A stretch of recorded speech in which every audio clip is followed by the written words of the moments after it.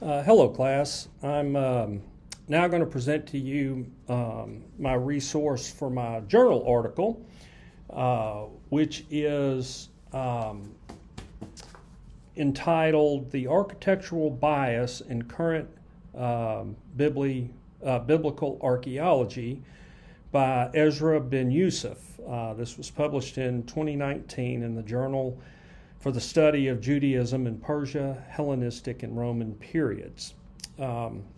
This is going to take us back to a common theme for me, which is the Arava Valley, south of the Dead Sea, running down to the Red Sea, between the Negev desert on the west and Jordan on the east. And we're going to primarily be talking about the Edomites in the kingdom of Edom and how they were instrumental in the production of copper in the area. Now, as you'll recall, I've talked about the scarab, the Shishak scarab that we found there in my artifact video, and how Egypt had taken control of the copper production there in around 926, when Shishak and his armies came on a campaign up through Canaan and went over and took control of the area. Now, what this article focuses on primarily is the fact that that the Edomites have been given relatively little consideration in the copper production region there, because they were a nomadic, semi-nomadic group of individuals. In other words, they didn't build large monumental stone structures. And so what Ben Yusuf is arguing in this paper is that for most biblical archaeologists working today, they tend to be biased towards large stone-based architectural monuments. And if there's no evidence of that, then they don't see a highly organized, structured, hierarchical society. And Ben Yusuf argues that that is just not the case with the Edomites in this region. And one of the things that he presents is that there is ample evidence that during times when the Edomites would have controlled this region, that bronze and iron items had been traded as far north as Greece. And they found things at the Temple of Delphi, and I think also in and around Olympia, and how those things combined with pottery shards and other items in slag heaps present a picture that this must have been, these Edomites must have been a much more highly organized group, even though they lived in tents, to be able to have a trading structure that took their items all the way to Greece. So he blames part of this bias on a couple of things. One is that there's great challenges in studying nomads. He thinks that part of the problem is that there's been too much emphasis placed upon studying current nomads, i.e., the Bedouin tribes of the desert regions around southern Jordan, and not enough on what they would have been like at the time. He says part of this has to do, especially with European and Israeli trained archaeologists, because they don't study as part of their curriculum the social sciences and anthropology like West or United States trained archaeologists, especially biblical archaeologists. And and finally, he claims that they tend to place too much emphasis on archaeology and biblical criticism, and that he thinks it results in an overplaying of archaeology in the historicity of biblical text.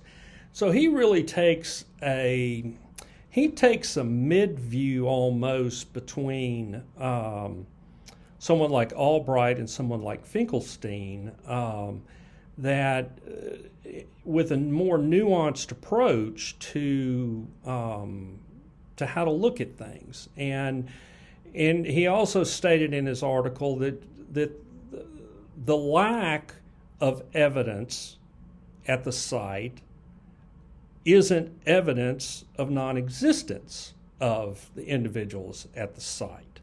So I think that's an interesting way of looking at it. This journal is a peer-reviewed journal. This article was, and so it has a high degree of reliability in biblical studies, and I would suggest it for your reading. I'll also go into my article from the dictionary. I chose for my dictionary the Zondervan Dictionary of Biblical Imagery. And as you know, one of our textbooks is published by Zondervan, and they're one of the major publishers of biblical information, Bibles, including reference sources. So it's a highly reliable source to look at. Now, it does tend to lean on the more conservative side in the theological spectrum, but nonetheless, it is a good source. And I like this biblical imagery because I had an image in my mind, and I think y'all will remember it, is the Solomonic gates at many of these sites that we have studied, and like the fingered gates, the six-walled chambered gates. And that's just fascinating to me. I'm like, because they don't appear very big from the photos and the drawings that we've seen, especially when you put the little scale up to it. They don't seem real big. And so I'm like, what is the real purpose of those gates? Now, the dictionary was not able to, it never mentioned the Solomon gates in particular, but it mentions very similar ones. And it talked extensively about the purpose of a gate, the protection of the city, the ingress and egress, the way the gates over time developed, that they then began to have, they used to be simple, and then they had towers around them, and then a gateway, and then a chamber. And so it progressed with time, and then the Solomon gates provided a fascinating thing that they talk about, it, or at least what I think that they're alluding to, is that if an enemy were able to breach the outer and the inner gates, they would have to go through this chamber, the sixth chamber. Well, that would give, not only did you have people shooting down from towers defending the city, but then you had warriors inside those fingers who were able to use weapons, bows and arrows, and whatever else, as the aggressors were making their way through. So that was certainly one of the areas that they could use it for. Another thing that they used it for is we've seen is sort of a small market area. If something was coming in from outside to be sold, it would be a very easy place to get that done. But this is the thing, one of the most interesting is thinking about how it had an official and legal aspect to it, is that oftentimes contracts and marriage contracts were solidified there. So think back to the book of Ruth in the 4th chapter, where Boaz has brought this unnamed kinsman in who had a right to redeem Naomi's property, and if he redeemed it, then he was going to have to marry Ruth, and per the law.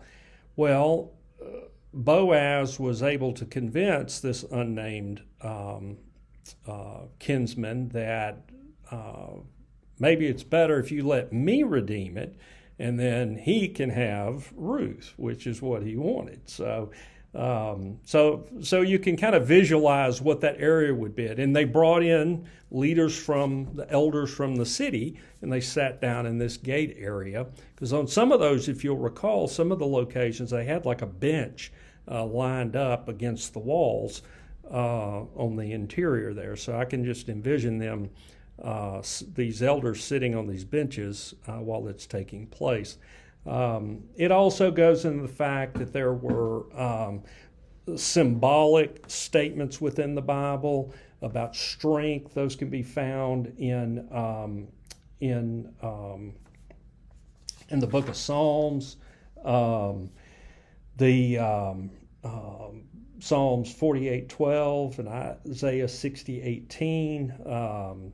Gates can be a reference to God's love for his people, Psalm 87:2. And then it could also emphasize grief, Isaiah 3:26 and 14:31. But it can also emphasize restoration and rejuvenation, which is pretty much the whole book of Nehemiah.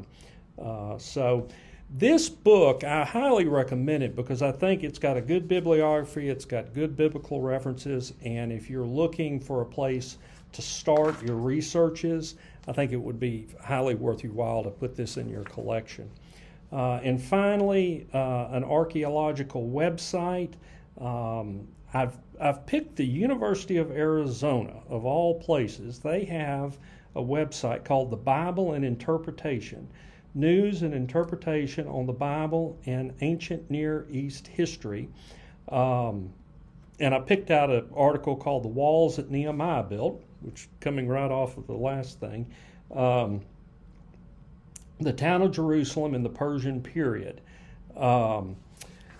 First of all, I think it's really fascinating the University of Arizona has a website, being a public university, has a website dedicated to biblical archaeology interpretation. I think that's really kind of interesting that they would have that, and it is exhaustive.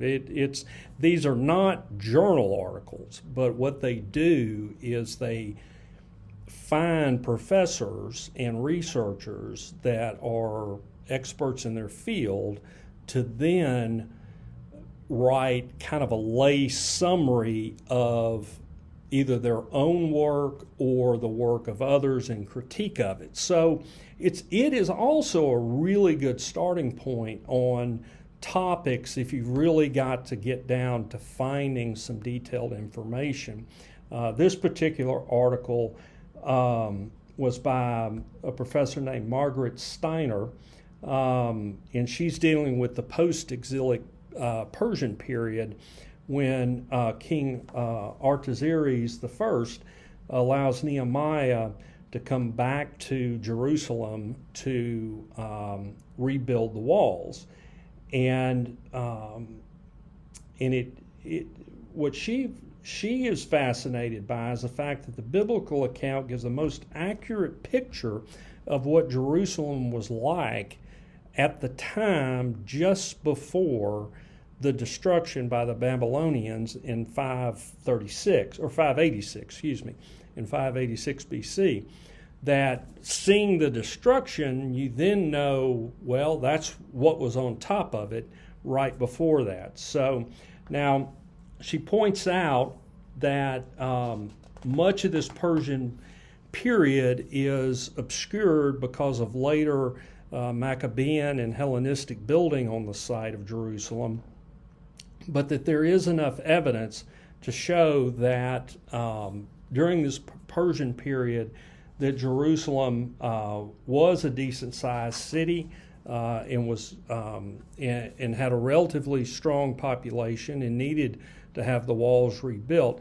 And part of her Finkelstein, as we've talked about previously, was, he doesn't agree with her synopsis, but she uses some of his own type of argument to prove her point. They found in certain graves just around the city walls that at that time the wealthier people there had buried their dead with Persian era ceramics and other items. And consequently, her argument is that if you've got these wealthy people doing these burials, then the city had to have had some level of sophistication and size to warrant having a wealthy inhabitant base. So I think it's interesting how she doesn't really call out Finkelstein on this, but I think her arguments kind of are the same arguments that he uses, say, with the camels in the Genesis story. She uses the same kind of arguments to negate his beliefs that it was a very small population at the time. So anyway, those are my resources, and I hope you enjoyed them, and wish you all the best. Thank you.